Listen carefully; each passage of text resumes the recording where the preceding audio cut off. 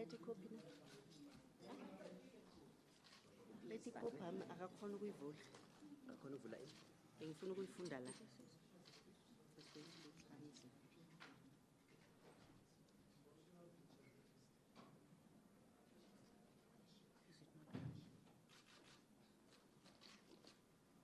It's fine. Let's start. Ngilethele leyo mahla. So can you read directly from the hard copy? You cut. Give you. Nginikeze.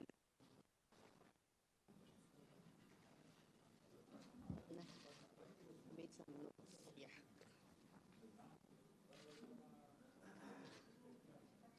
Let me know. Yeah. We're ready?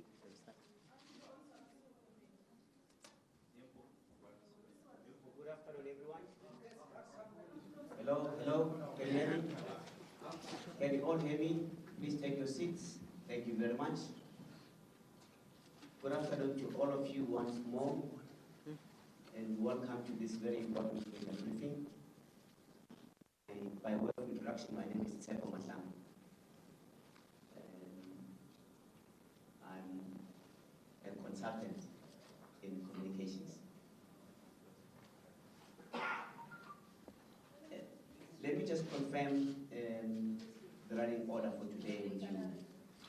But before I do so, let me apologize just a bit about the time we will hear longer. It's an important. I apologize profusely for starting a little bit late than expected. But again, welcome. The PP is here.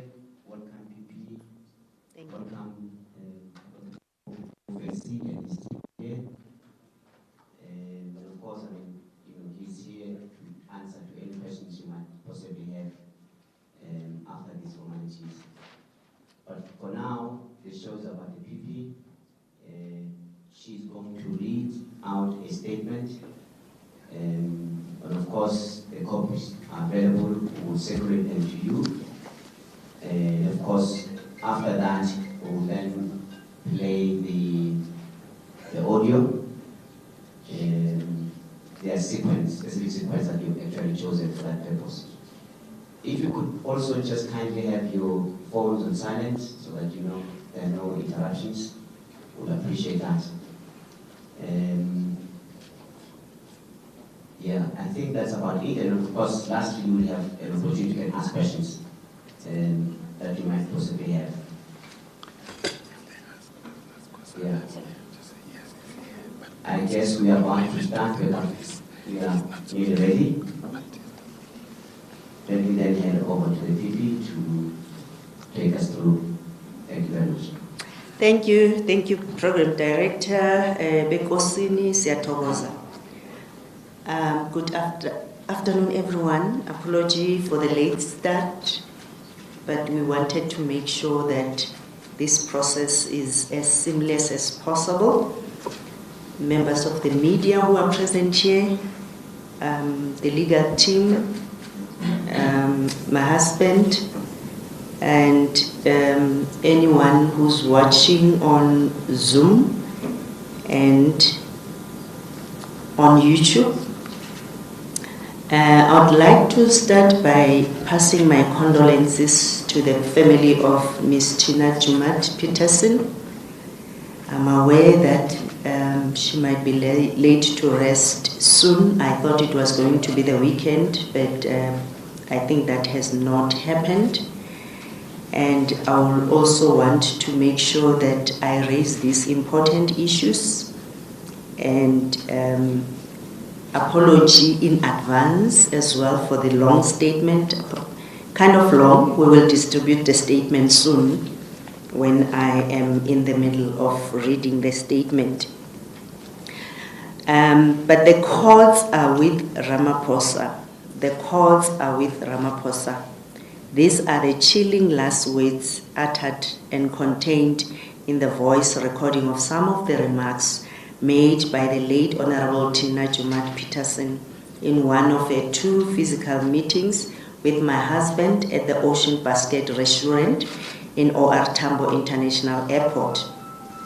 Good afternoon, members of the media, and through you, my fellow South Africans. I have invited you as your public protector to inform you about definitely the biggest corruption scandal ever to hit the Parliament of the Democratic Republic of South Africa. Sadly, the scandal also implicates directly and indirectly the executive and the judiciary of South Africa. For the first time, we can talk about state capture because all three arms of the state, aided and abetted by the media, are deeply implicated in concerted efforts to violate my rights and those of the public I am appointed to serve.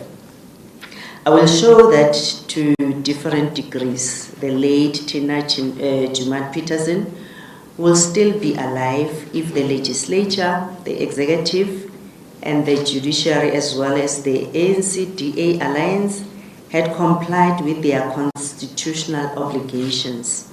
In a way, all of these institutions killed Ms. Jumat Peterson. I'll start by explaining their role, or the role of each. The executive. In December 2019 and February 2020, Ms. Natasha Mazone of the DA laid unsubstantiated charges against me, which the then Speaker endorsed. On 16 March 2021, the DA and ANC used their majority to vote for the institution of an inquiry into the Mazone motion. More than 1 year ago, on the 9th of June 2022, the head of the South African executive, President Cyril Ramaphosa, abused the powers given to him in terms of Section 194(3)(a) of the Constitution, which empowers him to suspend the public protector. Regarding my suspension, the Western Cape High Court had this to say. Paragraph 157 of that judgment. In our view, the hurried nature of the suspension of the applicant in the circumstances, notwithstanding that a judgment of the full court was looming on the same subject matter, leads this court to an ineluctable conclusion that the suspension may have been retaliatory and hence unlawful. It was certainly tainted by bias of a disqualifying kind and perhaps an improper motive. The President could not bring an unbiased apology for that. We were trying to make sure that everyone is accommodated, but now people are joining with their mics on, and this causes a lot of disturbances. Thank you so much. So in our view, the President could not bring an unbiased mind to bear as he was conflicted when he suspended the applicant. The High Court therefore set the illegal suspension aside. I was supposed to go back to my office on the 9th of September 2022, but the DA and the President of the ANC and South Africa lodged an agent application or appeal proceedings with the view to suspend the High Court judgment and to prevent my return to the office. The High Court failed to see through this scheme and refused to grant relief in terms of Section 18 of the Supreme Court's Act to implement the judgment pending appeal. Without the unlawful suspension and disingenuous appeal, I would have returned to my office on the 10th of September 2022, and Ms. Tina Jumat Peterson would probably be alive today. It is noteworthy that the court found that the real reason for my suspension was to avenge the 31 questions I asked in respect of the alleged criminality involved in the Phala Phala scandal. More than a year after the complaint into Phala Phala, the Office of the Public Protector has not yet issued a report The objectives for removing me illegally have therefore been achieved. Coming to the judiciary, in addition to refusing the Section 18 relief by the High Court, the alleged agent appeal was set down for hearing by the Constitutional Court on an expedited basis at the behest of the President and the DA. It was heard agently on the 24th of November 2022. To date, the Constitutional Court has failed to issue a judgment. The 6 months period, which even non-agent judgments have to be handed down, expired on the 24th of May 2023. On the 25th of May 2023, I lodged a complaint of gross misconduct with the Judicial Service Commission against the 9 judges who sat in the matter.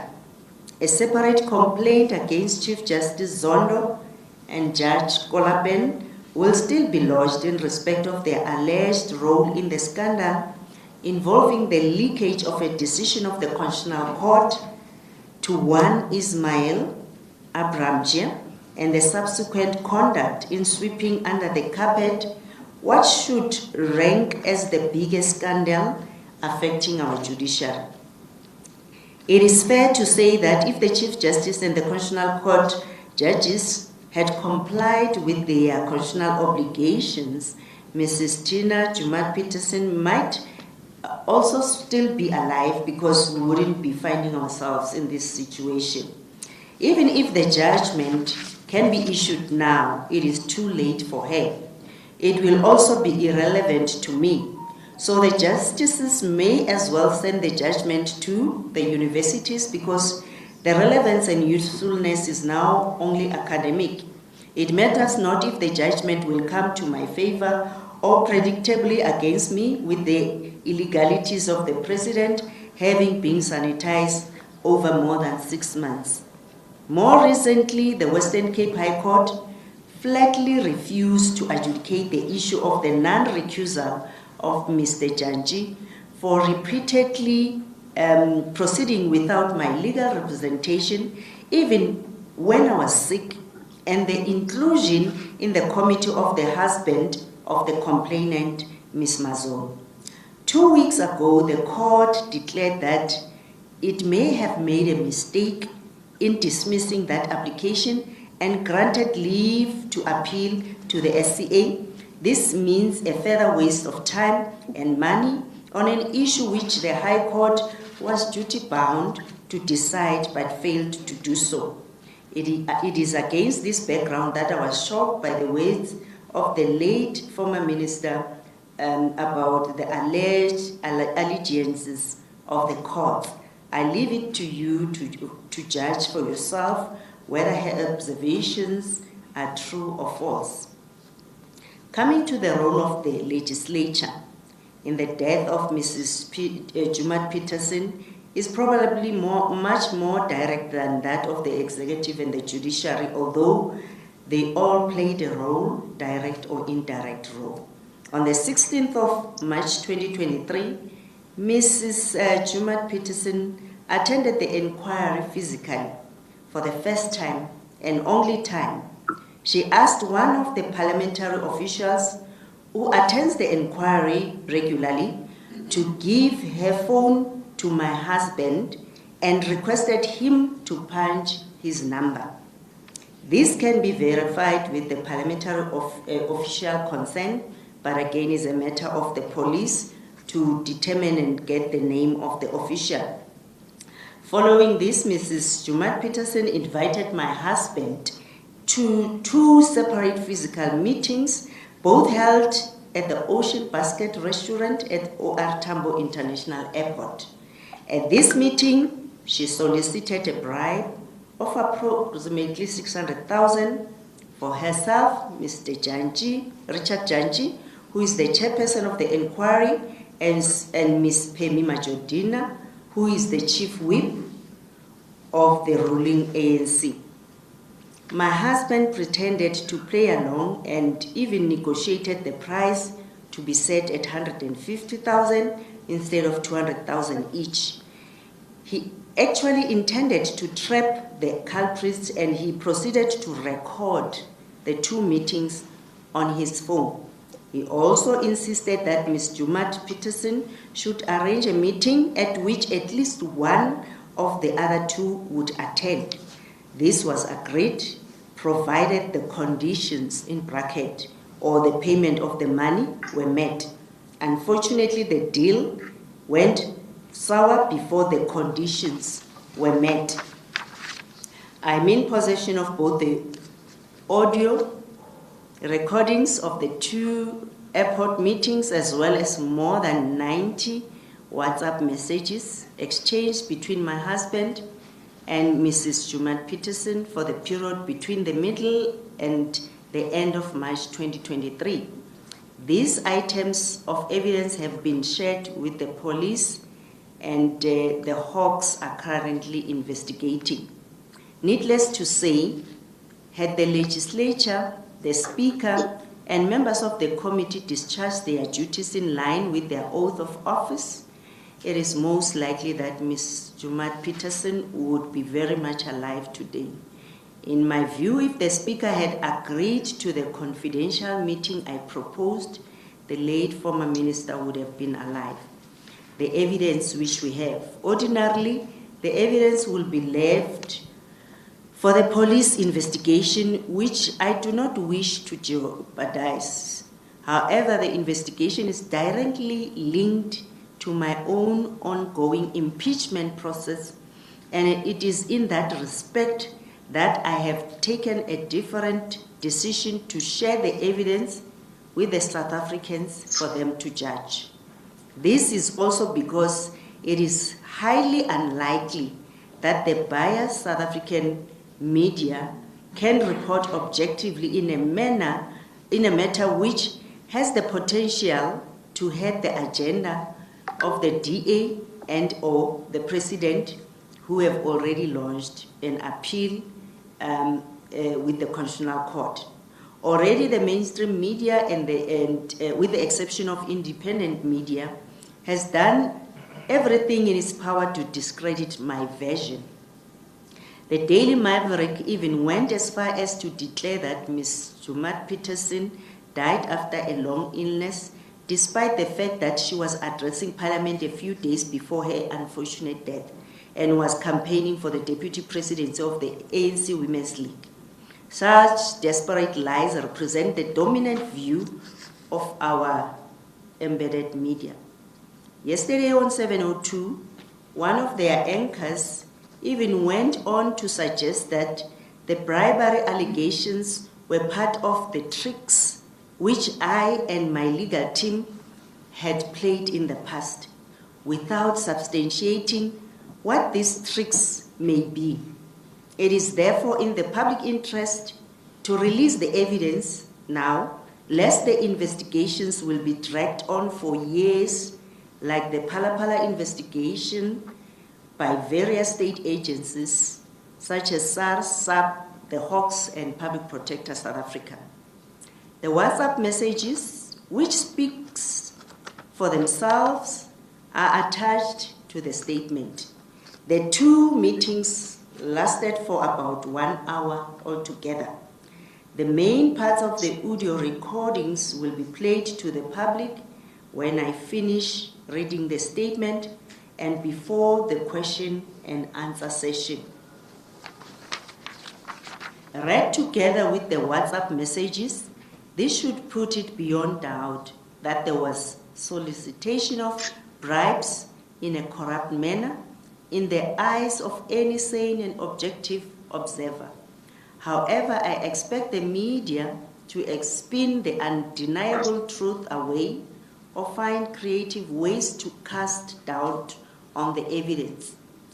10 of the key statements articulated by Mrs. Jumat Peterson include the parts where she stated, among other things, that there is a predetermined outcome for my impeachment, and that the ANC Chief Whip, Ms. Phemi Majodina, is the one who instructs the members of the committee on what to do in the committee. A project manager has apparently been assigned to the project. Both Mr. Janji and Ms. Majodina were very angry that they were not made ministers and therefore prepared to frustrate the impeachment process by delaying it until the end of my term of office. But upon being paid a large amount of money, in fact, they were prepared to delay if we are paying them that large amount of money. She had met with Mr. Janji and he was prepared to extend the inquiry, and Richard, well, I'm quoting, Richard was angry because he did not become a minister. And then also further quote, Ms. Majodina was particularly angry that the president chose Nokolo Kivit, who had forged a master's degree certificate. They wanted to know tomorrow if the deal was on or not. Number 3, my legal team, especially Advocate Mpofu, must raise points with the aim of delaying the process and go on another attack. That's a quote as well. Number 4, Cyril Ramaphosa was desperate to make an offer, but I must resign.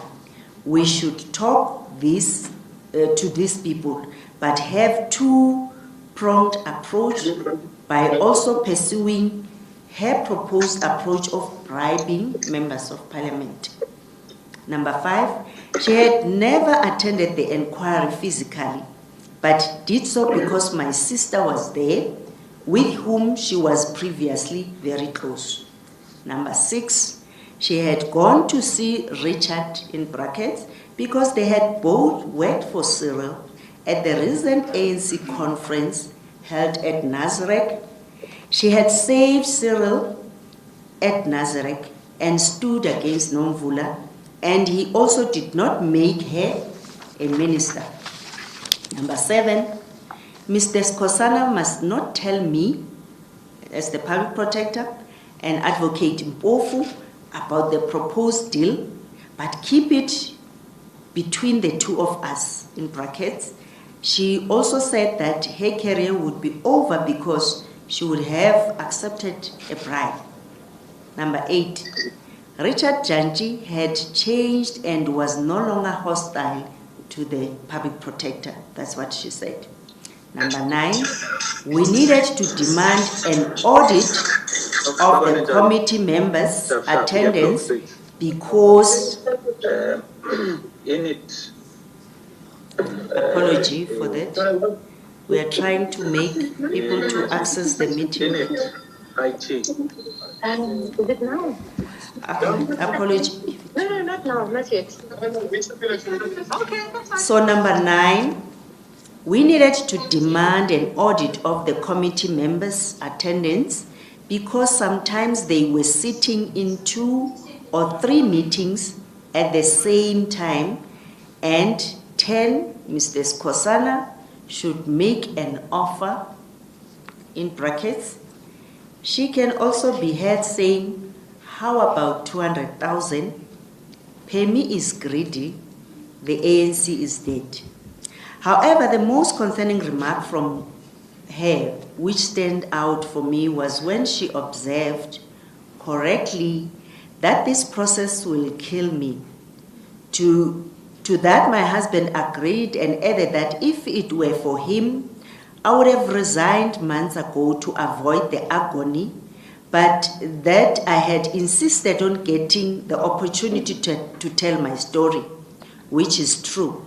He also expressed frustration at the technicalities and the hanging and undecided court processes. The significant reaction from Mrs.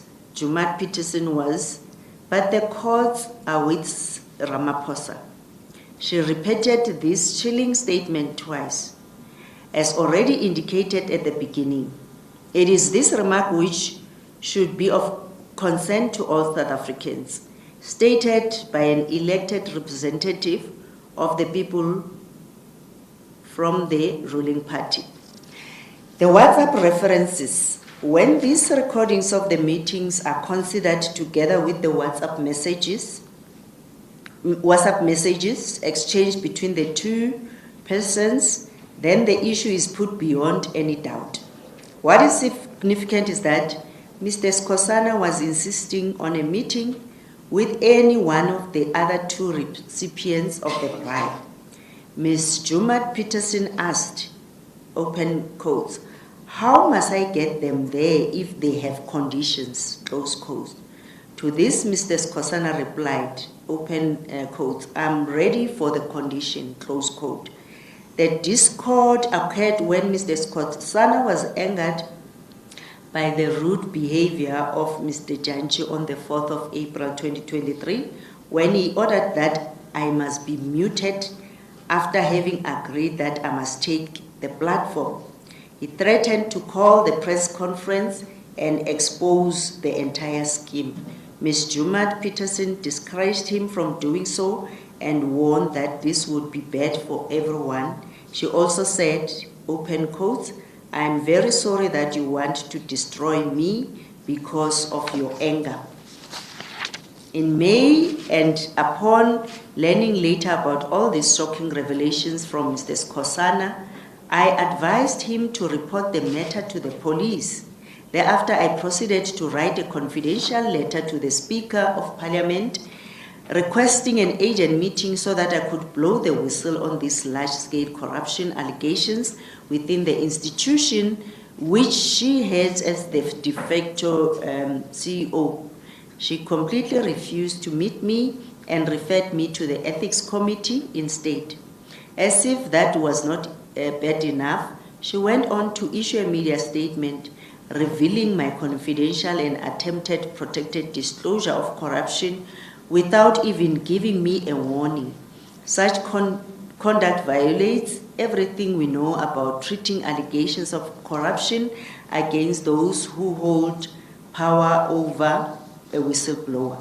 It encourages victimization.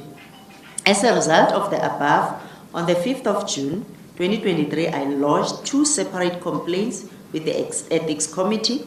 The first complaint is against the three members of Parliament named above for extortion, bribery, and corruption allegations. The second complaint is against the Speaker for her unlawful conduct described above. In addition, the WhatsApp messages have been shared with both the Ethics Committee and the Section 194 Committee in the context of Mr. Jantyi to recuse himself voluntarily from the chairpersonship and or membership of the said committee.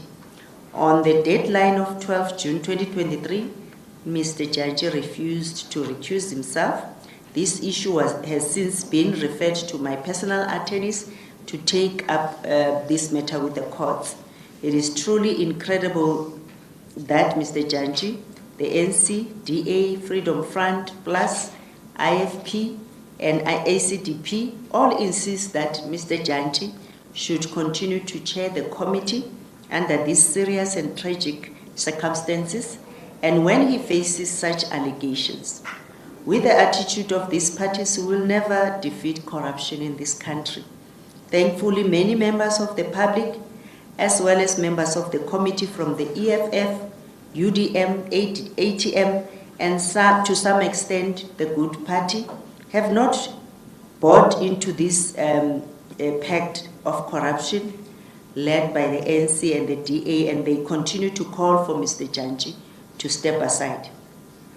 It is also disturbing that last night at 8:20, my attorneys received a letter from the Register of Ethics Committee expressing that the committee take umbrage to my intention to hold this media briefing. Further corroborating evidence is that, lastly, I wish to highlight at least three of the facts which additionally and independently confirm some of the revelations made by Ms.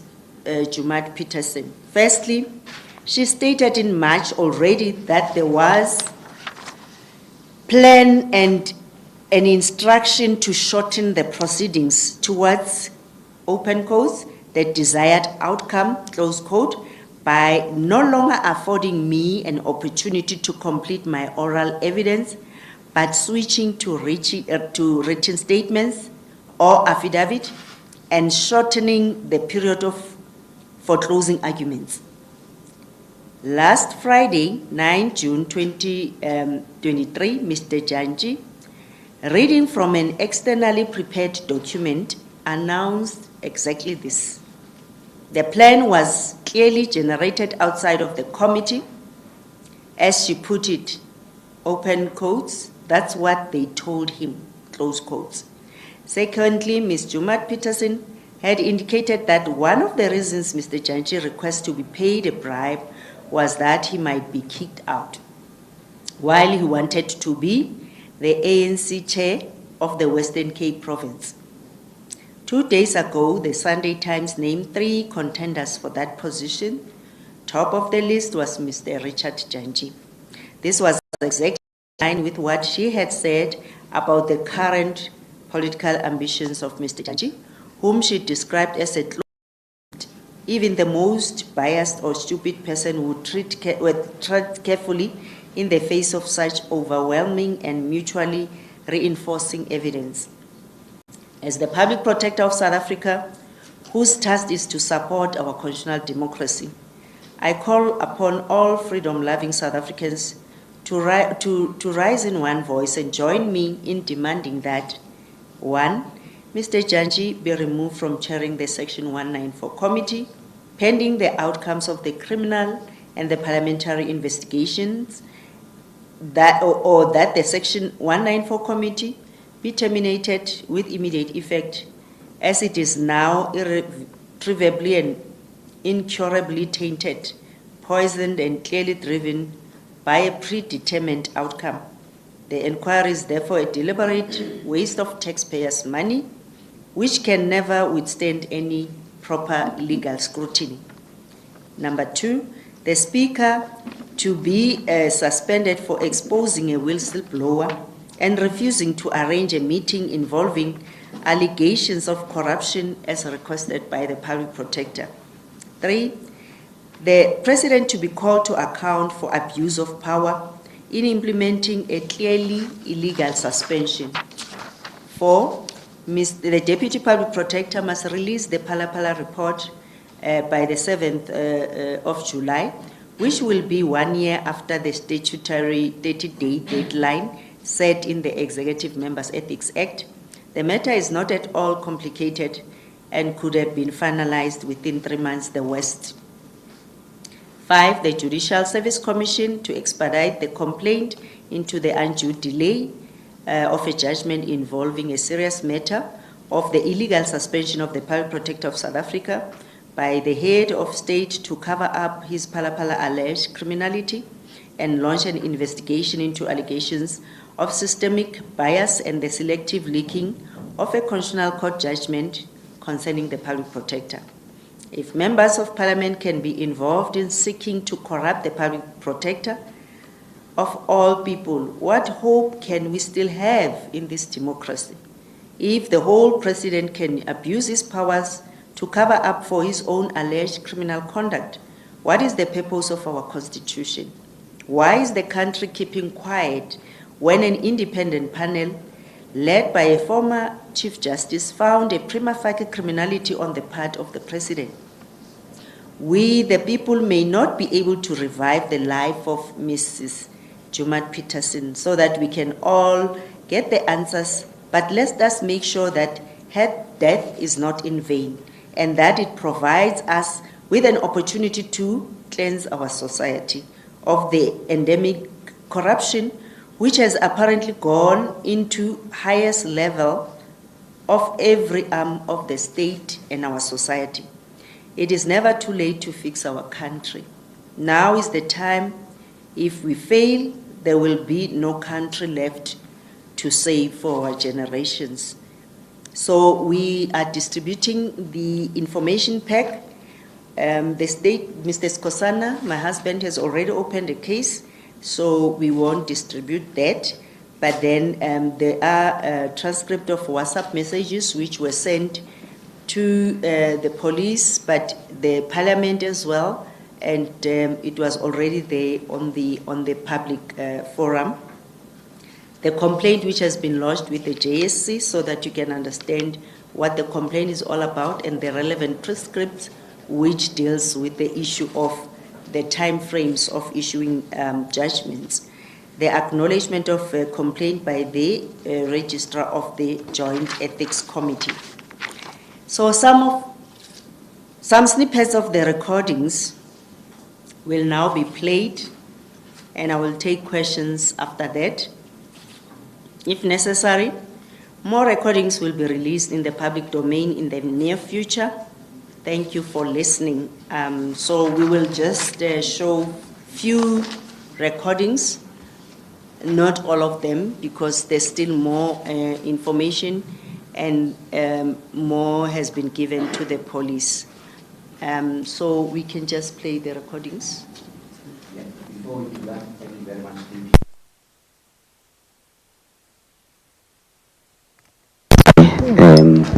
For obvious reasons. I'm told that the copies are now being distributed as we speak. If there's anyone who does not have a copy, let us know so we can make a plan to make it available to all of you. Thank you very much for your patience. We will now move on to the most important part of playing the recordings, the audio recordings. Yeah. And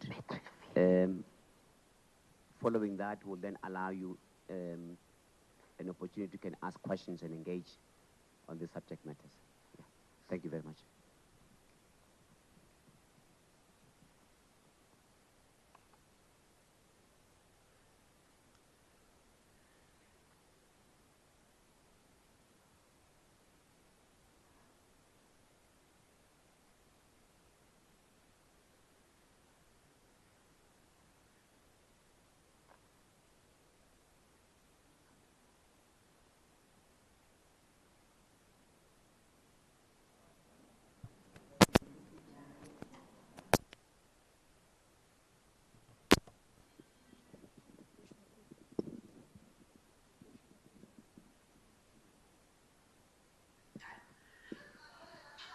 No oral representation.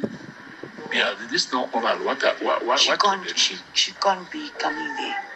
So she must only written affidavit. From when? He wants to make it now when they sit again next week.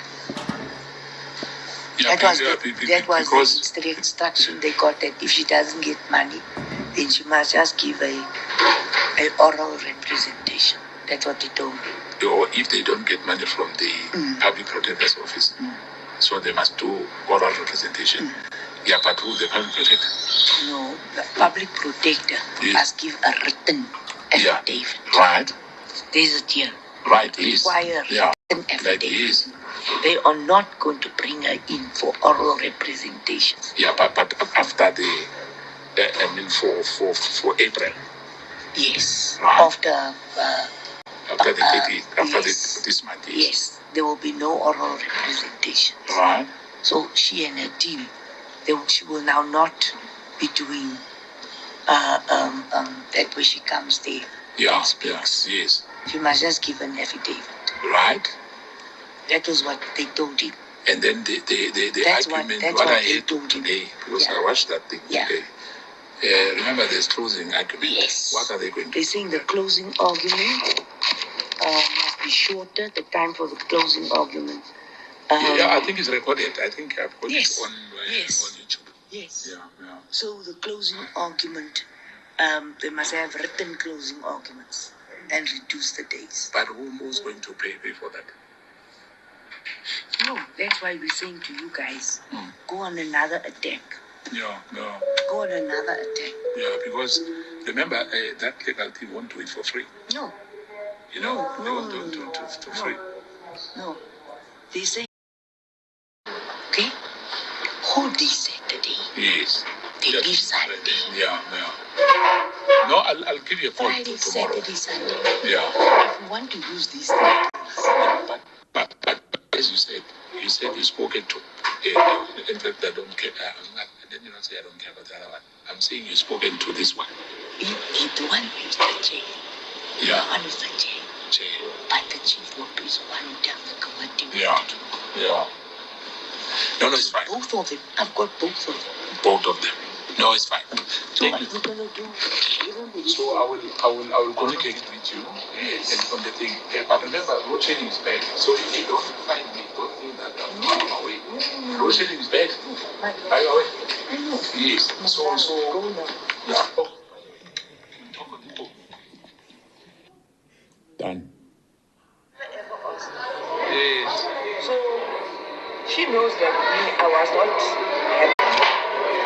Remember now, it's a confusion. Because actually must be late. Yeah, it's almost. It's her evidence. Yeah. She must work very, very fast. Yeah. And then the other one,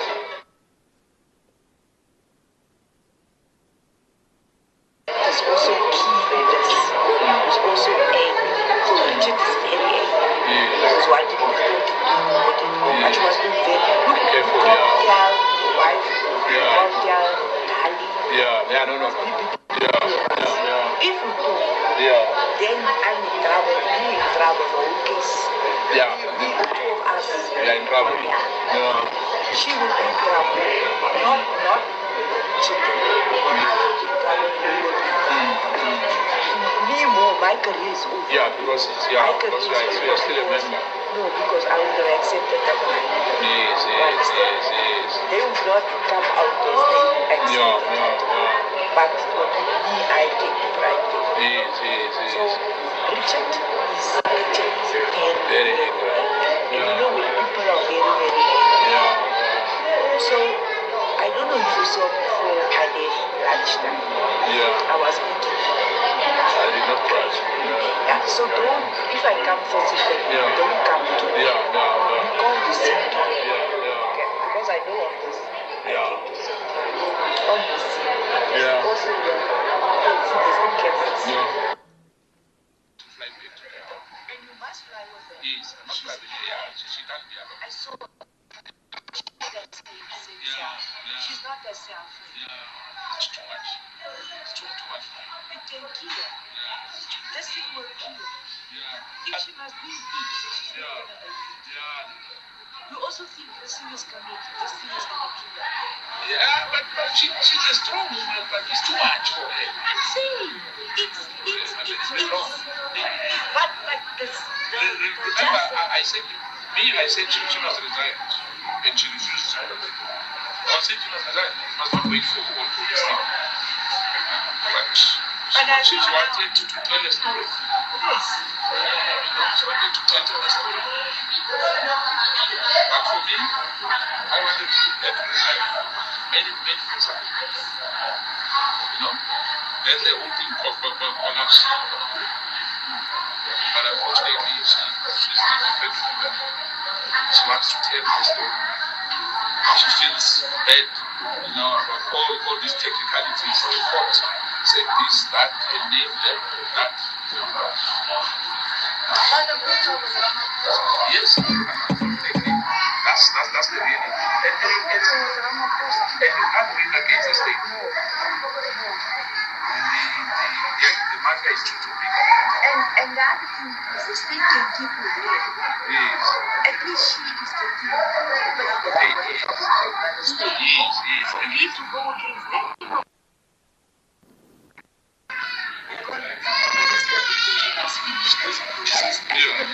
Anybody here could have finished this process.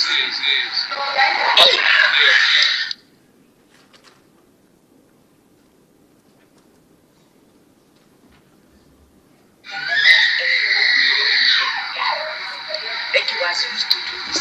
You are just used to do this. So this one we can take. Get. But what do you think will be required? No, what you look off. What do you look Okay. I'll get back to you maybe until Friday. Yes, but don't play long. No, up to Friday. Listen, don't play long to Friday. Where are you Friday? I'm thinking of remember. Yes, that's what I'm saying. You not even wait so long. In fact, in Cape Town, they have told us the Then I Oh, you're flying now to Cape Town? Yes. Oh. I came to see you. No, I came to see you. And then I'm flying tomorrow Yes. to Cape Town. Yes, my brother. And then I'm back on Friday again. Take something. Because I must see you tomorrow. No, it's fine. But in Cape Town, where can we meet? I give you a private. Yeah, give me a private. Then I'll be there. Because tomorrow you must already answer approaching. No, it's fine. I will. But I got approaching and baby. No, it's fine. Why do you think you must give it? I don't know. That's what I was asking you. That's what I was asking you now. What is too steep for you? What about you were saying it's too steep? You don't think 281 is too steep? No, not really. We can negotiate on that. No, I can't negotiate with him.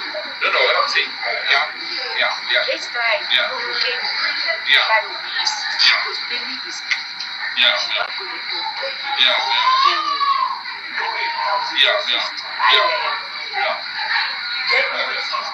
See, currently,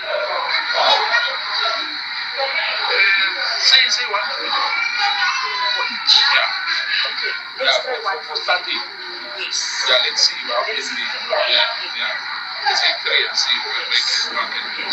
But I'll get back to you. You'll tell me where to. There's no, my brother, I can't go to him. I understand. No. But I'm saying I understand. Tomorrow, if we don't do it tomorrow, I'll get him to close. To the See? No, it's fine. And Penny is the one that gets instructs. Okay. That we're going to play one part of the clip on the speakerphones just above you. We apologize, but you must understand as well that the quality of the audio was not that perfect. It was a private meeting between Mr. Skosana himself and the late Comrade Tina Johan Peterson. And it was in a noisy environment. You can expect that the audio will not be necessarily perfect. But that's why some parts of the audio are reasonably clear and some not so clear. But be rest assured that an attempt was made, in fact, more than once, to make sure that the quality of the audio is actually improved. And of course, we will be sending you those clips. You can listen to them at your own time, at your own leisure, as proof of what is being said here. And let's just play the last one on the overhead speakers. Thank you very much.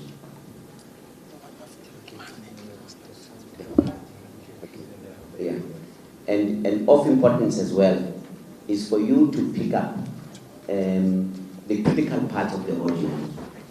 One is the fact that indeed the meeting did take place. Okay? That's very, very important. If this objective is not achieved today, your time shall have been wasted. Secondly, it is to underscore the fact that the meeting was between these two individuals, Comrade Tina Johan Peterson, may his soul rest in peace, as well as Mr. Skosana. Okay? That is very important. And indeed, the third one is to underscore the fact that indeed the audio that you've just listened to, the copies of which you're going to receive, are indeed the voices of these two individuals. Okay? That's very important to underscore from the outset. And of course, as I said, the one most important one is the fact that there were figures mentioned in the audio. You can't remove that. It's just common cause. It's there for you to pick up, But again, we'll actually, make that attempt again to play the last recording so that you can get a benefit of that. Thank you very much.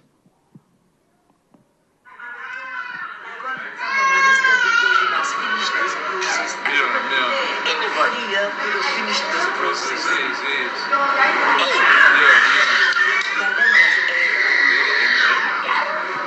That he was used to do this thing. He was just used to change this thing. Then I saw, this one we can take. Get it. But what do you think will be required? No, what do you offer? What do you Okay. No. I'll get back to you. Give me until Friday. Yes, but don't play long. No, up to Friday. Listen, don't even wait till Friday. Where are you Friday? I'm in Cape Town, remember? We are flying tomorrow. I'm saying, you don't even wait till Yeah. In fact, in Cape Town, we have till Thursday evening. Then I fly. You're flying now to Cape Town. Yes, So, I came to see you. No, I came to see you. And then I'm flying tomorrow Yes. to Cape Town. Yes, my brother. And then we are back on Friday again. Take something. Because I must see you tomorrow. No, it's fine. But in Cape Town, when can you meet? No, I give you a private. Yeah, give me a private I'd day. rather find Then I'll be there. Find something. Because tomorrow we must already, I must approach him. No, it's fine. But we'll And I have want to approach him and pay me. No, it's What fine. do you think we must give? I don't know. That's what I was asking you. That's what I was asking you now. What is too steep for you? What about you? You were saying it's too steep. You don't think 200. Is that too steep? No, not really. We can negotiate on that. No, I can't negotiate with him. No, what I'm saying. Let's try. Yeah. No, we can try our best. Because Penny is greedy. She's not going to talk to me.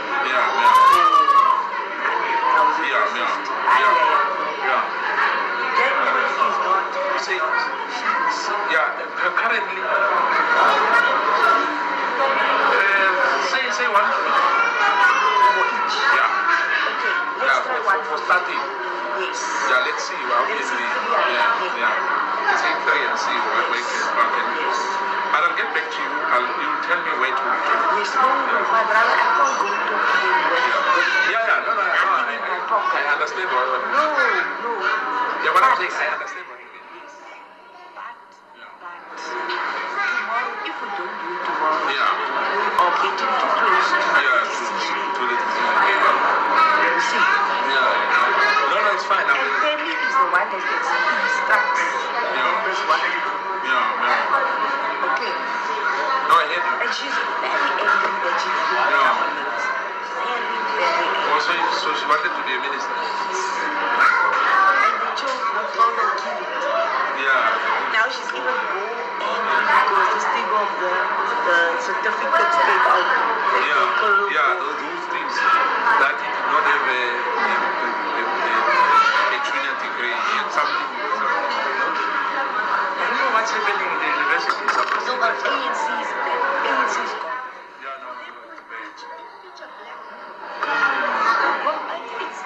It's gone. And remember, it's not even in the motion of the ANC. Thanks for that. A few things as well. We tried again to give you much clearer audio.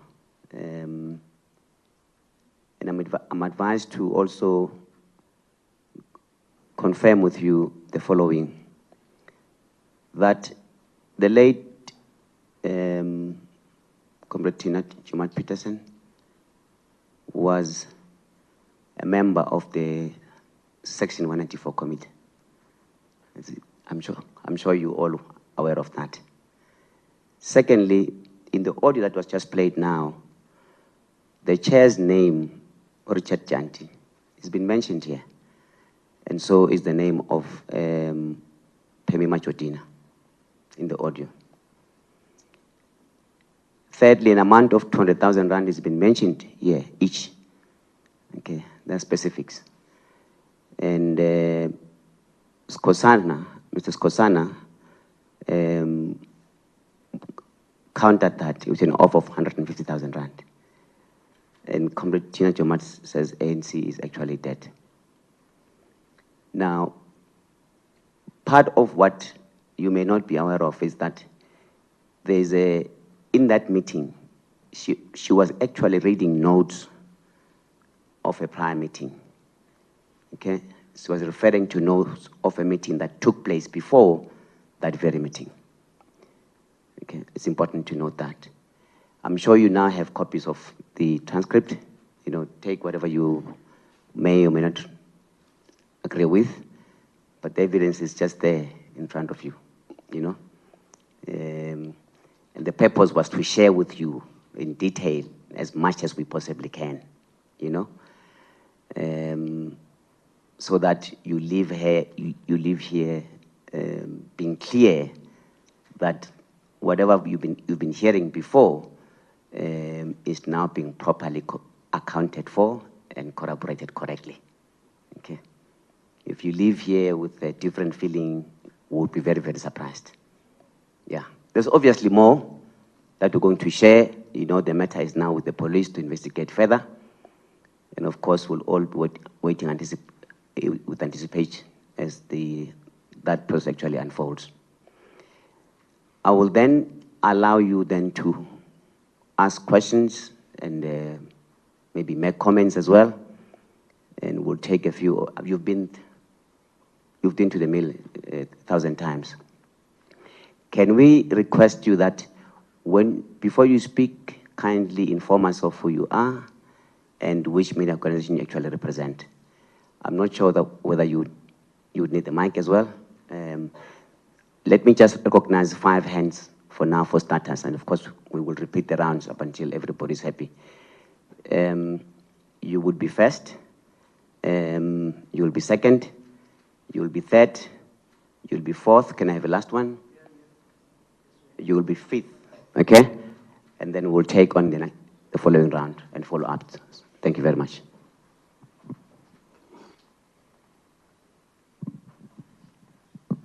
Sorry, must I ask the questions one by one or must I ask them all in a go? What's easiest? All at once.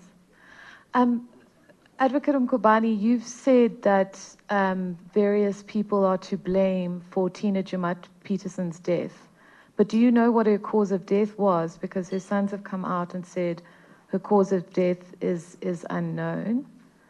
Her death also happened very shortly after the media reports of, with regard to these allegations surfaced. Do you feel that that played any part in her death?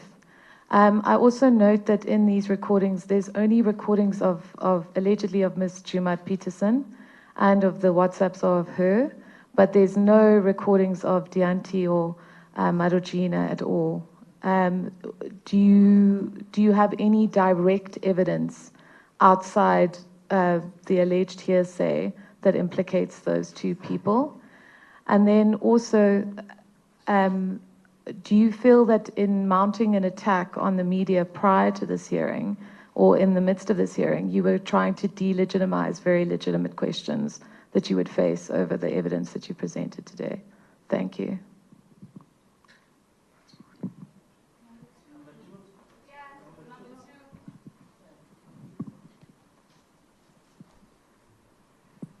Thank you, Advocate. It's Natasha Perry here from SABC News. Yeah. In light of all that you've said, Advocate Mkhwebane, do you believe that this whole inquiry has been engineered by the highest office in the land? Also, I know you don't want to talk about the police investigation, but can you just please shed a bit of light? How far is this investigation going, and do you know if the late Jomat Peterson was actually interrogated by the police? Thank you.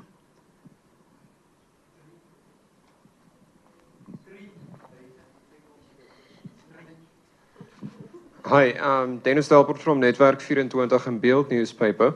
Advocate Mkhwebane, I just want to know from you, why did you and your husband, why did you sat on this matter for the whole of April and part of May, since your statement says that the discussions happened in March? Thank you.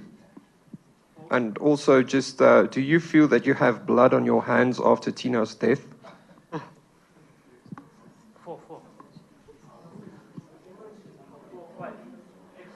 Thank you, Advocate Khomotso Modise from Eyewitness News.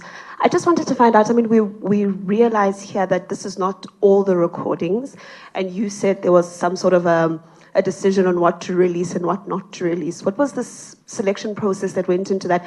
I'm really interested to find out what more we are missing from the recordings that you've decided to release. So what went into deciding what you release to us and what you don't, and what are we missing from the clips here?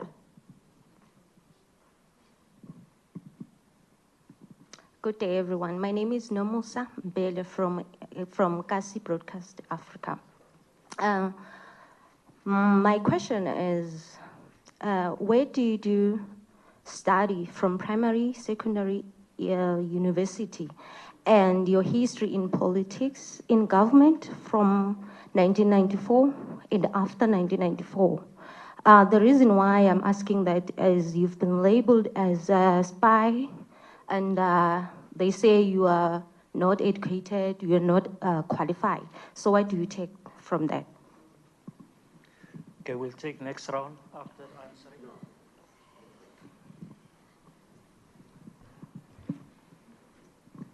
Thank you. PP. Oh, thank you. I thought I must get the mic. Karen Mon, you've started tweeting already, and the angle you've taken, hence I'm not legitimizing the media. I'm just mentioning what is very clear, and how the media has been reporting on me, how the media have continuously told lies about me, how the media never supported my work, working against me with those so-called NGOs who are said to be for justice and fighting corruption. But I mean, starting with the CX matter, which I'll deal with in details if the inquiry continues, but we said it can't continue before this biased chairperson. You didn't care about reporting what were the benefits of that report to the South African public. Coming to the issue of the CR17, if you are a really critical media which is there for the people and telling the people the truth, you would have told the people the truth about what evidence in my report I reported on, investigating openly, and the investigation conducted, and all the vast evidence which was there and the millions which were there. As the public protector who's investigating corruption, what was I supposed to do? I'm mentioning this because not all the media have indicated. Some mainstream media, I mean, we've got a history with you. I don't remember you mentioning the positives which I've done as the public protector. Maybe you can show me one article or two. Hence, I know how the media operates. Now you come back, you question the cause of death, whether I know, and all those. How should I know? Because I'm telling you that if the following three arms of the state, they've played their role in making sure that they truly fight and act against corruption, we wouldn't find ourselves here. And I mean, when the media inquiries were sent to Ms. Jumat Peterson, and when she was questioned, when she indicated that she needed a lawyer and all those things, and she even told my husband that, please, if they discover it, I'm ruined. My life, I mean, the recording is there. She says it herself, that this will end my career and my life. That's what she's saying. So that's what is there. The fact that you are now twisting and indicating exactly what Janji and Majodine has been saying, whether is there any, it's hearsay. And Mr. Skosana is here. Mr. Skosana is dealing with the police.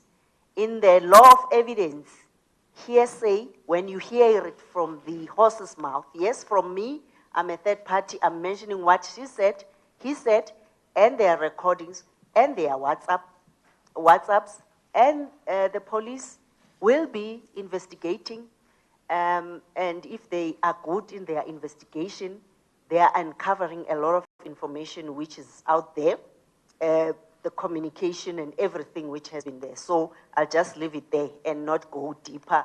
What is there, which directly as well shows this racketeering process which was happening.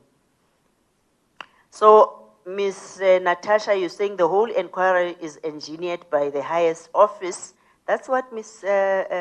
Tina Jumat Peterson is saying in the recordings, which we will share with you. And I mean, she's saying herself that Mr. Ramaphosa has the courts, but the courts are with Ramaphosa, the courts are with Ramaphosa. I think in my opening I said that. And the fact that apparently I was offered or I should resign and stuff like that, and it's coming from that office. So when you say how far is the investigation, I think the police are the ideal people to deal with that. But they've been given all the evidence. Bielt, why did you sit on the matter since March?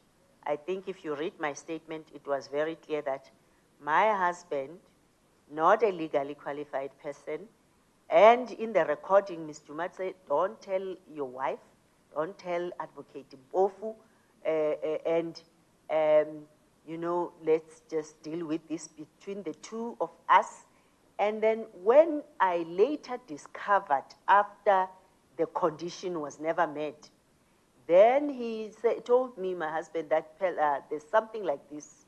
And I was saying, why were you keeping this to me? He says, I wanted myself to have the evidence and even trap them, especially all of them, so that I can hand over the evidence. So I said, stop that. The police must do, they are supposed to be doing that.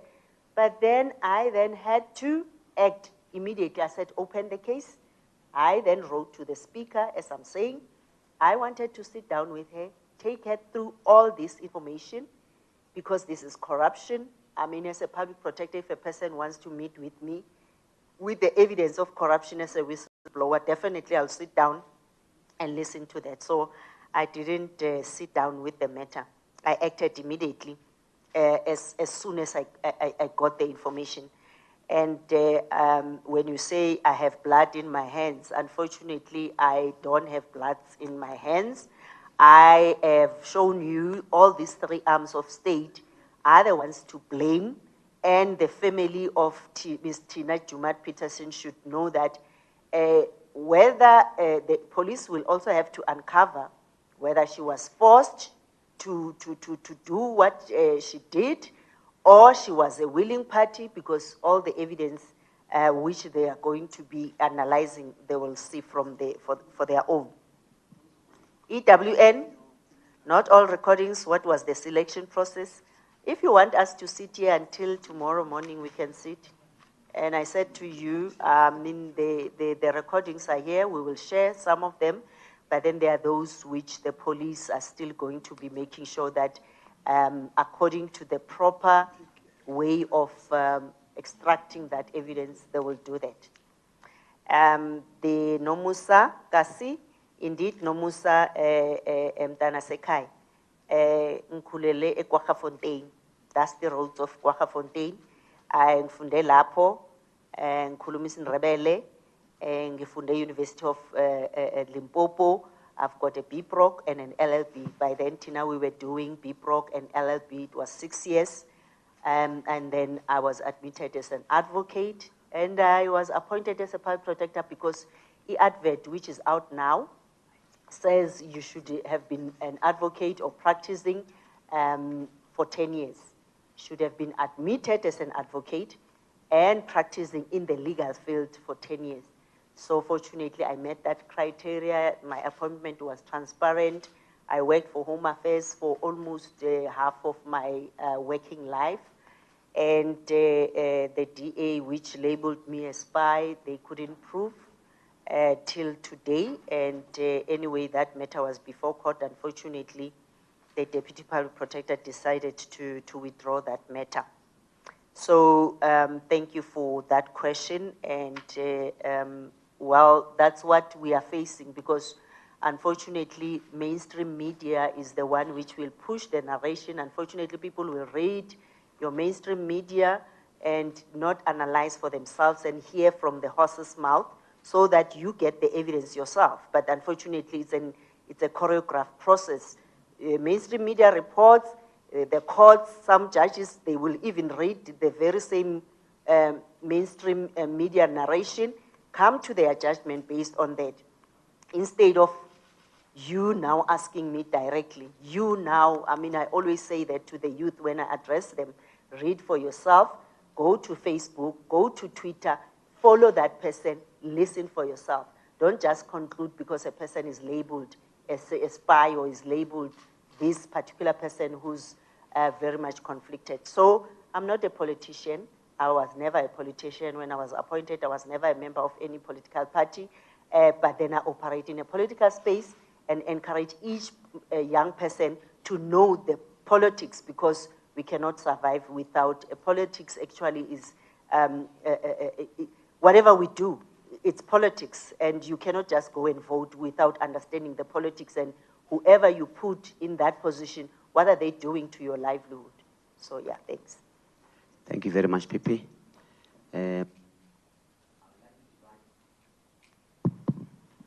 I'd like to divide the House so that there's no movement or violent movement of the mic from the left to the right. I will take 3, not 5. 5 is too much. I will take 3. Let me start from this side and take 3. You'll be first, my chief, and the other guy will be second, and you'll be the third one. Okay? Thanks. Thank you very much. Advocate Mkhwebane, good afternoon, and thank you. My name is Puti Musomani from Inside Politics. I've got 1, 2, 3, 4, 5 questions. The first one is, did you observe any change in attitude during the negotiations as per the utterances made by the late Joe Peterson? Second question is this. The assertion that the courts are with Mr. Ramaphosa, to what extent do you think the judiciary is captured? And do you think you're a victim of that? Third question. Do you constantly have to find yourself to prove yourself innocent as opposed to being proven guilty or something? But you got the question. Number 4, I'll make it last. Number 4, you have effectively waged a war against the 3 arms of the state. Previously, we spoke about the capture of government. Now you've added in this thesis the capture of parliament and the capture of the judiciary. Do you feel yourself safe? And because it really is concerning, events that happened in Cape Town are scary. Last question is this. It is alleged that there was a lunch meeting. Do we perhaps know who the late Joe Peterson met? Thank you.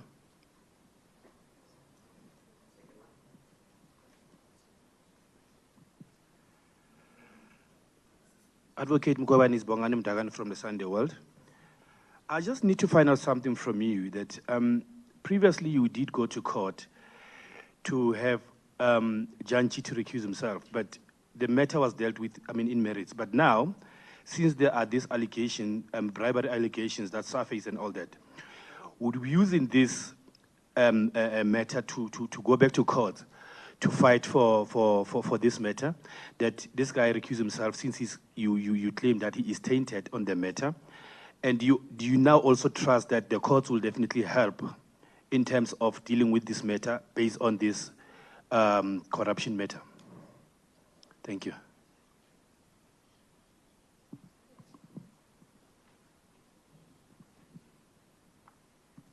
Thank you. My name is Siabanga Sitwado from the Star. I just want to find out, you did mention that there was a call that was made to your legal team last night from the Ethics Committee trying to stop this briefing. Interested to find out what was your response or the team's response to this, and why, and what do you think was the reason for this particular instruction?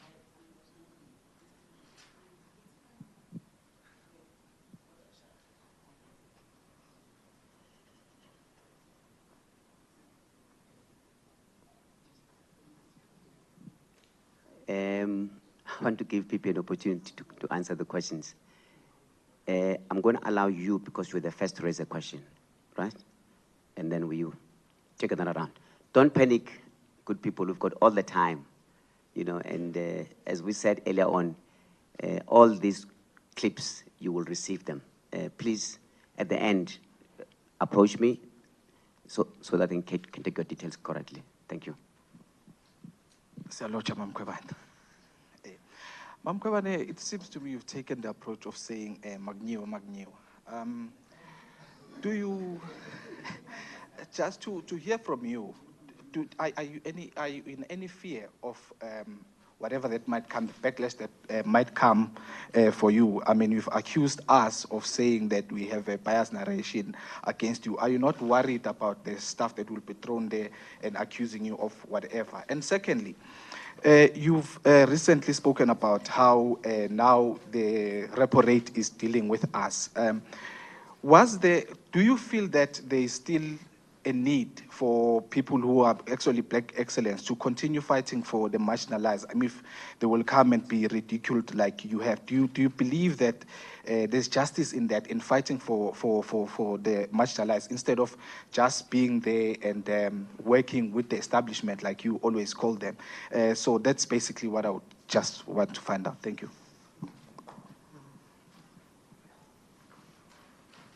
Thank you.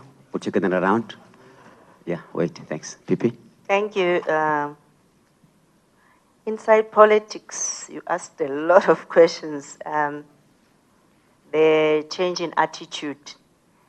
The first day of my appearance, it was my sisters were there, and that was the time Advocate Mpofu also introduced my husband. And during that week, Mr. Janji was the most cordial person. And my sisters even commented that, physically this person is very nice and very cordial. The minority judgment, Chief Justice Mkhwebane dealt with whatever and evidence which was there, because courts and judges, they go through what is before them. And all the evidence we've given, that was the issue. Now, there was a recent one of Judge Bakwa, which I mentioned at the inquiry. I mean, I was even shocked. You know, sometimes when these judgments were coming and I'm being attacked and labeled a person who doesn't know the law, and unfortunately, I think the Public Protector of Zambia even indicated that when I read your evidence and what you are saying, it's as if now the judges and the judiciary, they use them to persecute you and to impeach you, because they are relying on those 4 judgments to charge you.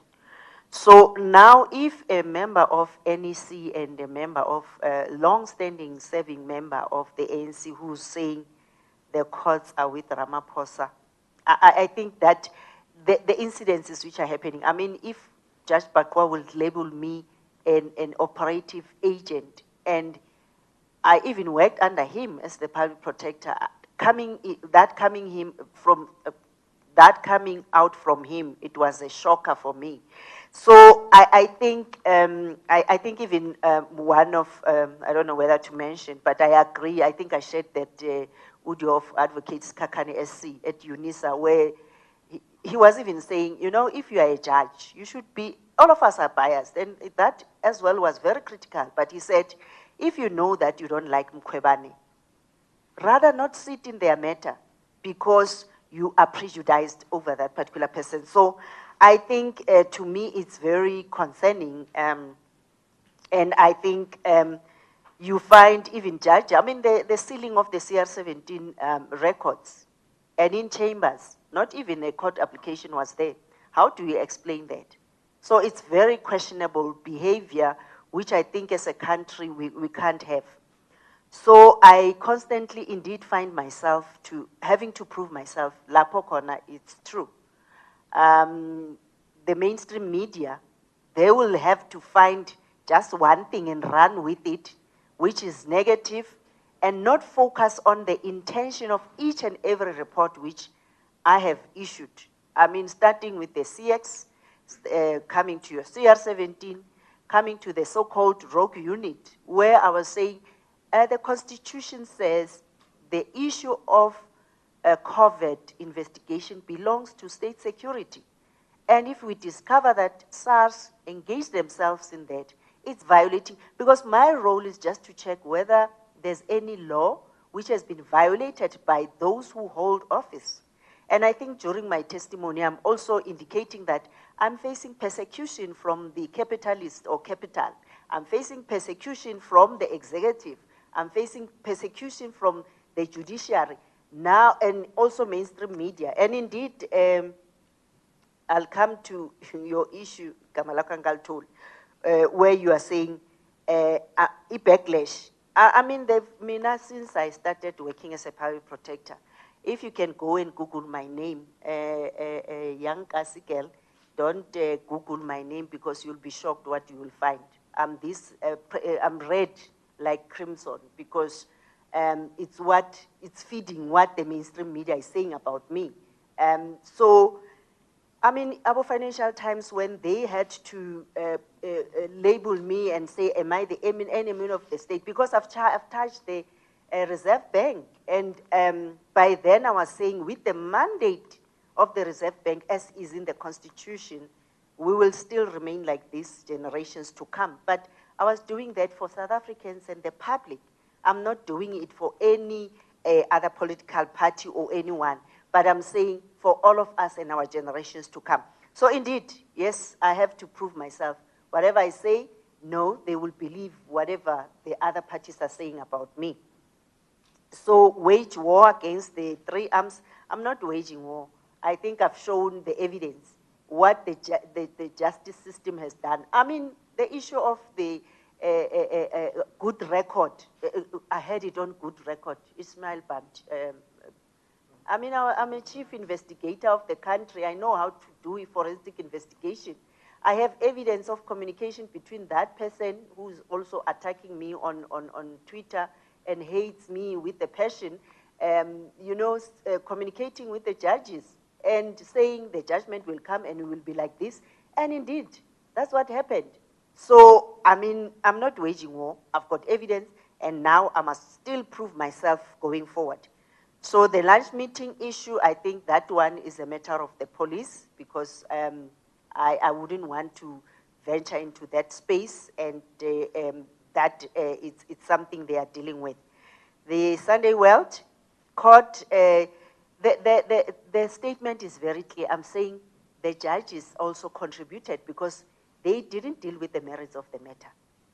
They only dealt with the technicality of saying, no, I must just be waiting there, be abused by Janji and the committee, and until their report, and then I can bring the review. So fortunately, we applied for the appeal. They granted. In my statement, I'm mentioning that they acknowledge that they might have made a mistake, and we are proceeding to the Supreme Court of Appeal. That matter is still pending. So with me, the legislature, or that committee of parliament, they continued, irrespective of the fact that matters are pending in court. They don't even care about constructive contempt of court. But if the president and other members would say, no, the matter is before court, and or the agencies are investigating, so nothing is going forward. I'm not saying I must compare myself to them, but I'm saying justice must be seen to be done.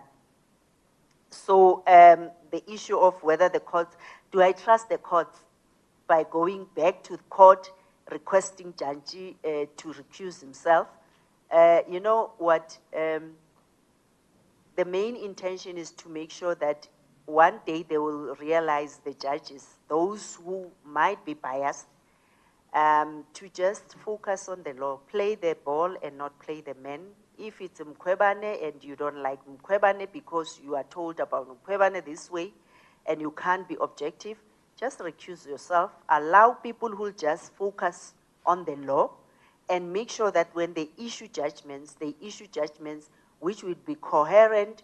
There will be a proper precedence which is set for our law students, for our lawyers, and develop a jurisprudence. Don't develop a jurisprudence with the hatred or you dealing with a certain individual.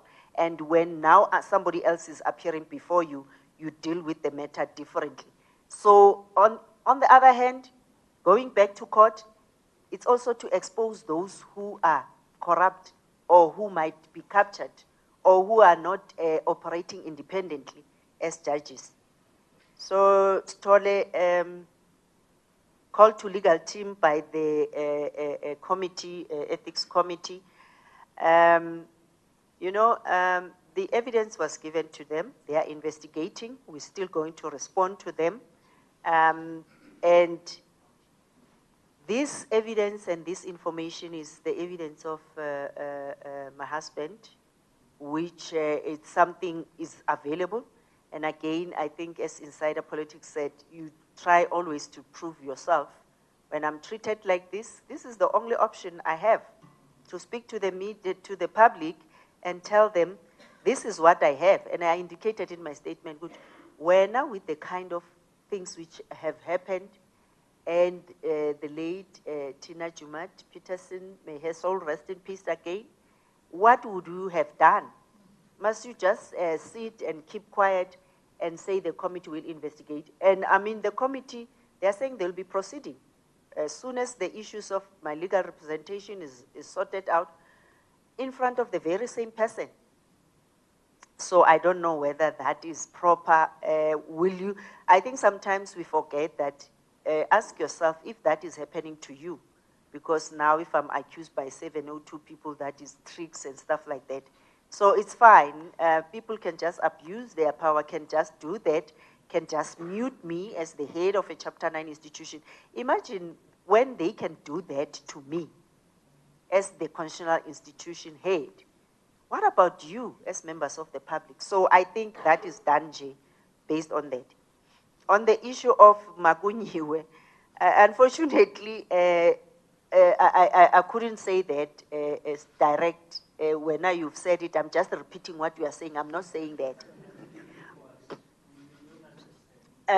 You know what? You are in trouble, or you are being squeezed to the last degree because you are busy persecuting the black excellence. I think you are referring to, I mean, currently people are still being told that the Guptas captured the state, hence we have load shedding, and people who were there, we had electricity 24/7. We couldn't just plan for load shedding and everything. So I think the main thing is that I wouldn't stop. I said I'll serve the public. I'm still the public protector until the 14th of October.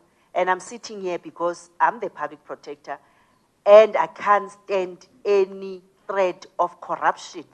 I'm trying to show you, Guti, what kind of a person you must have.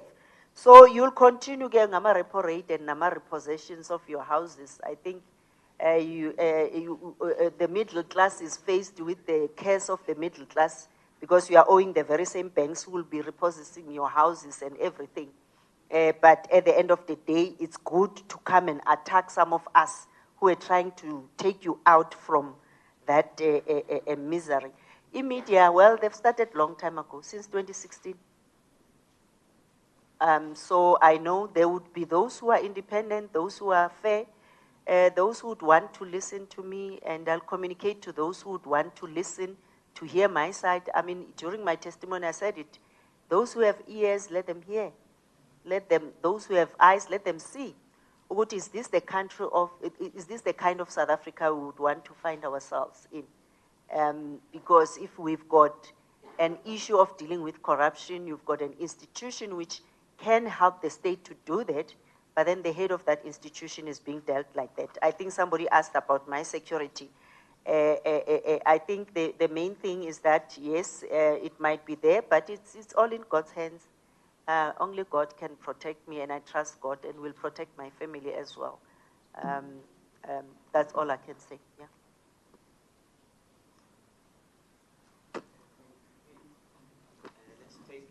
Another round of hands. Then last. You will be first. Oh. You will be first. You will be second. And then I think these are follow-up questions, right, Karen? Yeah? You've got a follow-up questions too? Okay. Let's go in that order, right? You'll be first. Number second is who, by the way? You will be second. Third.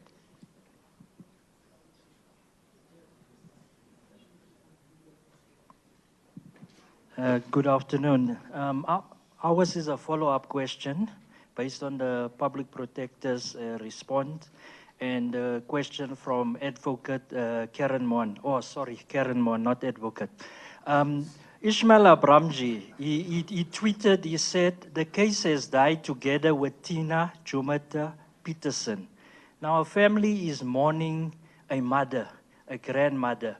A community has lost a person, good or bad. You know, culturally, we should not celebrate the death of somebody. But here you have Ishmael Abramji, and the Abramji brothers has been your enemies for years. I don't know, is it because you are African, they're Indian, you're educated, they don't have degrees, but we've monitored things like that. The Abramjis has been attacking you for years. So our question now is, are you an accused person in the, or a possible suspect in the death of the late one? Two, do you think you doing the Palapala investigation has led to you being persecuted, to you being labeled all these negative things? Because before Palapala, when we check, you were not that bad person, even in the media, but after Palapala, the public is still waiting for the 31 questions from the acting public protector a year later.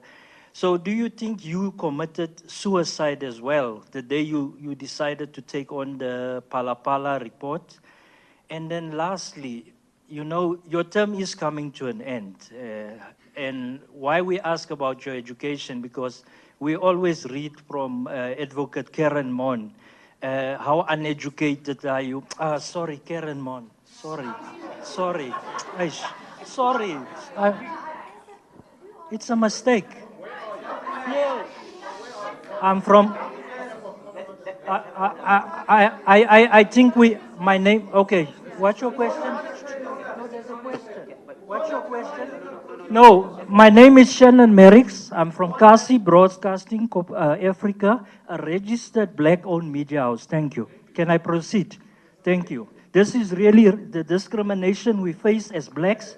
Blacks always, Karen Mon must ask first, ENCA must ask first. When we ask as blacks, we must be at the end of the queue. Can I continue? I've not talked to you. I mentioned your name by mistake. It's a mistake. I apologize, Advocate. Yes. Thank you, Advocate. I apologize. Sorry, Advocate. I'm apologizing. Okay. No. Let him finish. Karen, I'm going to address you as Karen, right? I am not going to tolerate this behavior. No. I gave her an opportunity. She also have got a follow-up question to make, right? We can't all speak, gentlemen. I mean, let's agree on that. You know, this is a professional. No. But yes, we do that. But when she's on the podium, ask for an opportunity. No. But hang on, gentlemen. Hang on. Hold on,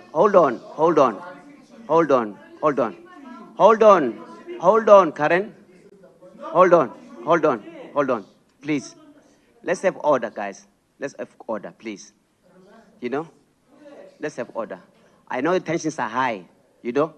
Topical issue, emotional issue. Let's become and deal with the issues. If you feel insulted, let's take it on properly, but not just this to and fro, which is really disrupting this whole thing. Please. No, I didn't say anything. I didn't say anything. Okay, that's fine. Okay. Thank you. I apologize for calling you Advocate Karen Mon because you're not an advocate. Thank you. Thank you. Yes, the last question is, your term is coming to an end. What is your future plan? What will you do to go and educate the black child in the township, where you come from, where you went to primary school, high school, the universities? Because after all this, you know, even they crucified Jesus. After they killed Jesus, he had to rise again. So what is your plan after the end of your term as public protector? Thank you.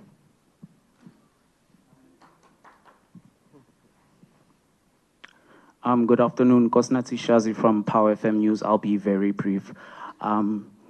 Mkhwebane, in 2019, you said only God can remove me from my position. Your term officially comes to an end in October. The Section 194 inquiry is set to conclude at the end of July, if I'm not mistaken. Please correct me if I'm wrong. But technically, you're still in your position. You haven't been removed. I don't know if it's too early to say, but I just wanted to find out, what score would you give yourself out of 10 for your tenure? Or is it too early, considering that you said that you still have a duty to fulfill, considering that as much as you're suspended, technically you're still the public protector? Thank you very much. Sorry, just to follow up on my question around hearsay. It would appear from what we've seen from what you've played. Sorry, Advocate Mpofu, thank you. No, I'm trying to have my questions. What must I not do, sir? I can't call you Mpofu. Okay. All right. So you said that I'm just trying to understand your issue with the hearsay, because from what we've heard, you've clearly got alleged recordings of Ms. Jumat Peterson, and you have alleged WhatsApps from her. But we haven't heard any recordings of either Dianti or Madogina. And I'm just asking you directly if you have any direct evidence besides what your husband says was said, and what Ms. Jumat Peterson said implicating either of those two individuals. Because I'm sure you would understand that if I had a conversation with, for instance, someone, you know, I know it's an example you often utilize, but you being called a spy, for example, if someone said to me that you are a spy and then I made that allegation, you would be completely in line to take action against me for repeating defamatory hearsay. So that's my question. Do you have any direct evidence that you can disclose at this point that either of those two individuals were knowing participants in this? And then second of all, there was a positive story that I did in December 2019 when you cleared Ms. Jumat Peterson of any wrongdoing in relation to the nuclear deal. And she was immensely positive about that. She said that you had vindicated her, that her family had been harassed. My family had suffered tremendously because of the perception that I signed a corrupt nuclear deal. My reputation has been tarnished. Do you have any concerns that clearing of her in that context may raise questions about her alleged motivations in all of this? Thank you.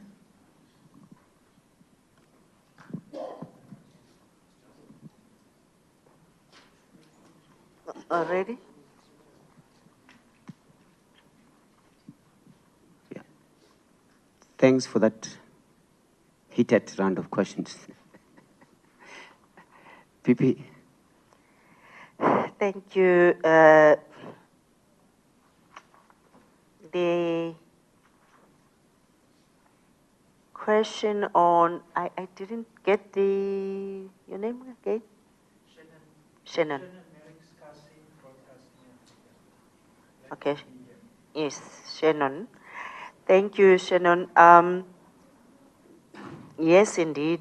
It's so sad to see how some people are so, so cold, and, we are mourning the death of one of our own, and some people are making such sliding remarks. And I think, well, the issue of Abraham Shea, I mentioned it in my statement, that if you find that in another country, I mean, that was happening during that time when he leaked the pending Constitutional Court judgment. The issue was similar to what was happening in USA, when the outcome of I think the issue of the abortion laws was deliberated on. And it was a serious issue which was dealt with by that country. But in this country, nothing was done. And there was evidence, WhatsApp and everything, which we could prove. And unfortunately then, the Chief Justice Zondo went ahead and just appointed Judge Mpati to deal with the matter, contrary to what the Constitutional Court judgment in Kandla indicated, that any report of the Public Protector is valid unless set aside by a court of law. The possible suspect, I don't know about that. Why am I possible suspect when a person who approached my husband was trying to bribe my husband for my family to pay that kind of money? To make the matter to disappear because he's is dealing with that particular matter. Indeed, I'm persecuted for Palapala. Where have you seen where the chief investigator is investigating a person and then that person is suspended? And I've indicated that, I mean, the report till now is not yet out. And the issue of Palapala, indeed, it's what created all the challenges I'm facing now, and the suspension, which is illegal and confirmed by the Western Cape High Court, the 3 judges. I think I've mentioned that, and unfortunately now the Constitutional Court still is not delivering that particular judgment. It's 6 months down the line, and I hope the JSC will deal with that matter so that it's dealt with quickly. And indeed, my term is coming to an end, and indeed, I am meant to serve and make sure that we liberate a black child. Hence, during my 6 years as public protector, I made sure that the Vision 2023, the last pillar was having public protectors in each and every household. And by that, at least, we are making sure that people are knowledgeable and they know their rights. Hence, we had to come up with a mobile app so that each and every family can know what are their rights and what needs to happen.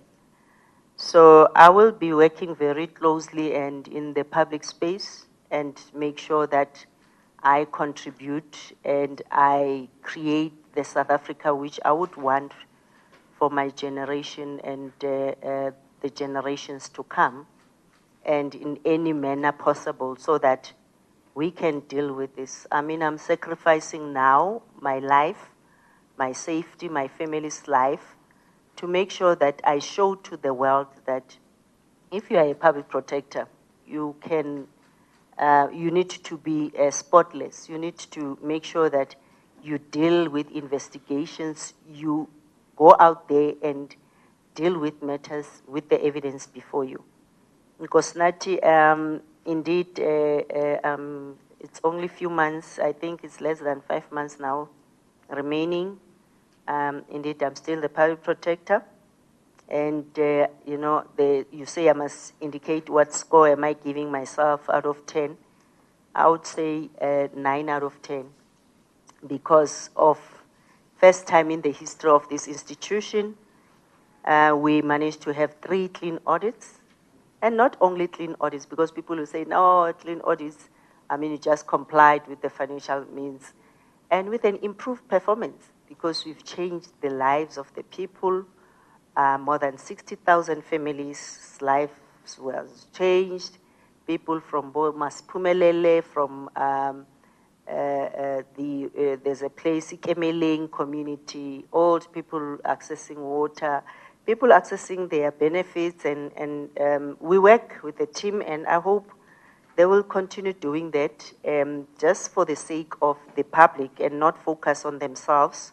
Unfortunately, we've seen during the hearings that because I was so passionate about making sure that we lead by example, we are not accused of undue delay and putting a lot of pressure for the people who are working in that office that, you know, you need to ask yourself when you are going home, have I made sure that another child has food on their table, an old person has water, a pensioner has been paid on time. So I would say indeed, under my leadership, we've achieved a lot.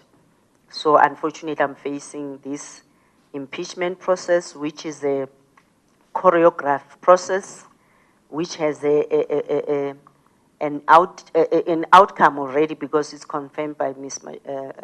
Tina Jumat-Peterson. I mean, I've indicated in my statement, one of the rulings, Zaga Chairperson, Janji, is exactly what Dina said. And she was reading the notes that, okay, they are going to do this. They are no longer going to allow you to give oral evidence. Then they'll ask you questions in writing to circumvent and shorten the process. And indeed, that's what exactly is happening. And then the issue of Karen, I think the issue of alleged sharing. Hence, I'm saying to you, I don't have to prove to you, Karen, here, whether those people's audios and whatever. I indicated that there's hearings, there's investigations, the Hawks are investigating this matter, and indeed, there's a lot of evidence which is there, which is proving the other collusion. And now, the issue which Dina spoke about are indeed transpiring, and further things are still happening. And even if they don't even relate to my impeachment, the issue of the chairpersonship of the Western Cape and all those. The issue of Tina Jumat, issue of a nuclear deal, the December 2019, I don't know what do you imply when you say you wrote positively about me in that, because it was one of the reports we've issued which related to this particular investigation and her role in that particular matter, whether she had any role to play which directly implicates her in that particular matter. So I think I will just end it there, and I would appreciate it if you can make sure as well that at least let's maintain the decorum of this media briefing and not just barge in and ask questions. I think it's a serious, I take very serious exception, and even from you, gentlemen from BLT, because I mean, you ask questions in the, it's as if we are playing here, but we are serious. We are addressing the public on this particular issue. And I think we should just be fair to each other and not make one to conclude that, I mean, the behavior is coming from you because of your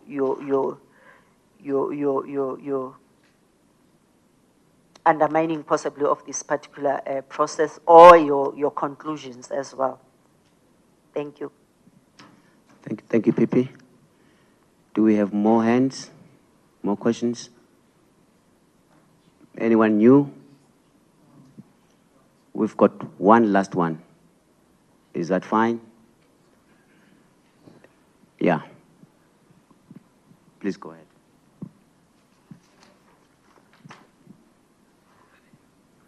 Advocate, just lastly, so let's say money exchanged hands at the end of the day. Do you know how the case would have eventually disappeared? Thanks.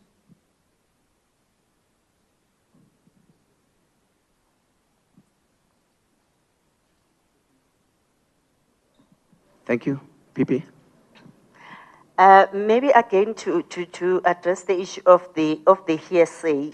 I think the issue of evidence and everything, We will explain that, or the lawyers can explain that in details. I don't know whether SC would want to explain that, instead of taking the issue of hearsay from what members of parliament are saying. Again, inside politics, you find a media which will believe the other parties and not believe what I'm saying. But I'll allow the legal experts to deal directly with that. And the outcome of how was that going to disappear? It's in the audio. So it's there on the audio. On the audio. Where's the girl from Kasi? Ngifunde kwaga yes, uyangibona namanje ngiyabhayizana ngithi audio, fanele audio. Yeah, the audio is very clear that they are angry, both of them, Ujanji and Majodin. They wanted to be ministers, and Ujanji was given an instruction to deal with this matter, and then they were going to frustrate and delay this thing and indicate that they are just ending it. But then we will share that audio. You can listen audio. You will listen for yourself, and then they were going to just make it disappear so that there's no outcome. I mean, they've even advertised now the position of a public protector. And I hope they appoint a person who's very credible, who will pass scrutiny. Yeah, thank you. Advocate Mbofu.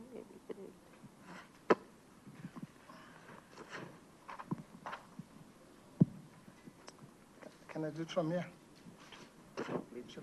Okay.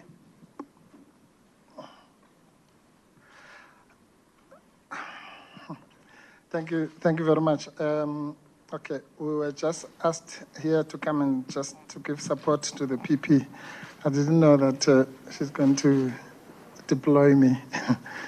But fortunately, as you know, we're not on brief currently in this matter. You know, I don't think we have time now to educate people about the hearsay rule. So I'll propose that the people must go to real lawyers, qualified lawyers, and maybe your various networks, SABC, you have very good experts like Mr. Zigalala and others have other experts to explain the basics. It's a very simple rule, the hearsay rule. It says that it's about evidence whose probative value depends on another person. It cannot apply, for example, if we're sitting here and someone says the gentleman from Kasi Media had an exchange with the two people sitting there, and then I report on that, it's not hearsay because I'm here. You understand? And all of you are here, so you are witnesses to that. The fact that you didn't participate yourself, which to a layperson would make it look like hearsay, is neither here nor there. The hearsay rule doesn't work like that. Secondly, hearsay means evidence that is not corroborated by any independent evidence. So I'll find another example. If we, as we say today is, what day is it? Tuesday, yeah. And then I say that to somebody else, and they're able to verify it from a calendar. They can't say it's hearsay because it was said by me, all right? Even though to them they didn't utter any words. Thirdly, the public protector has made it clear that the person who participated in the meetings, Mr. Skosana, is here in the room. And that person is her spouse, her husband. So also that means it's not hearsay. Fourthly, she has given various examples of corroborating evidence. For example, you'll see in one of the WhatsApps, it says, Ms. Chumat says, I've landed. And it's 21:30, I think, on a particular day. Even a child of 3 would then check, was Ms. Chumat on that plane? Did she land at 9:30 on that day? Yes or no? Once you've corroborated that, then you can't say it's hearsay that she landed when she said in the WhatsApp, I've landed. There are hundreds of other examples, but let's just not abuse legal concepts or take legal advice from members of parliament who just utter empty words like hearsay. Hearsay is a very serious legal concept that must be understood in its proper context. None of this, and I think the public protector has gone out of her way to say, read the WhatsApps with the audios and the other corroborating evidence, like the fact that her sister indeed worked for Ms. Jumat Peterson. Okay. I hope that's clear enough. If not, you can verify it with any first-year law student. Thank you. Thank you very much for that, Advocate Mpofu SC. I want to thank all of you for participating in this important press briefing. I want to also apologize, to the rest of you, to the PP herself, for some of the conduct that was very unbecoming. I have to say that, almost bringing this into disrepute. Public Protector Advocate Busisiwe Mkhwebane holds herself in a very high esteem and high regard in the manner in which she conducts herself. I bring very, very professional and, upholding the law, as it were, and doing everything in her power to ensure that, her office benefits the entire South Africans and in fulfilling her mandate. And I want to really apologize to you for that unbecoming behavior. As MC, I wouldn't allow that even at a 2-year-old birthday party. Yeah, yes. But also I want to just, highlight a few things. You have established now that against what you believed in the past, that one, indeed this meeting did take place, right? You are happy with that. I didn't hear any of you saying no, right? Secondly, you also have the evidence to say this meeting was indeed between the two people, right? You've got that. And one of them is here, okay? You can have an opportunity. If you are nice to me, I can give you an opportunity, you can speak to him extensively, right? So, and that meeting was between Mr. Skosana himself and the late Comrade Tina Job-Mat Peterson. That meeting did take place. The audio confirms that. The WhatsApp messages actually confirm that. We've also gone further to give you copies of that, which we have. And I'm saying to you, if you need the recordings, the audio recordings, PP, audio, please approach me, take your details, we will send this information to you at leisure, right? We are clear about that. And the last but one announcement is that there's food being prepared, lunch. What time is it now? It's nearly 3 o'clock. You can still have what they call late lunch. But I want to thank you, PP, from the bottom of my heart. I know how it pains you to reach out to South Africans with the heart that you have, the team that you have, including both SC, and many South Africans, are beginning to hear and see for themselves what your clear intentions are. Noble, very caring, accountable, and very responsible. And for that, I want to thank you. Thank you from the bottom of my heart. And with those few words, that then concludes the business of the day. Thank you very much. You can go enjoy lunch. Thank you very much.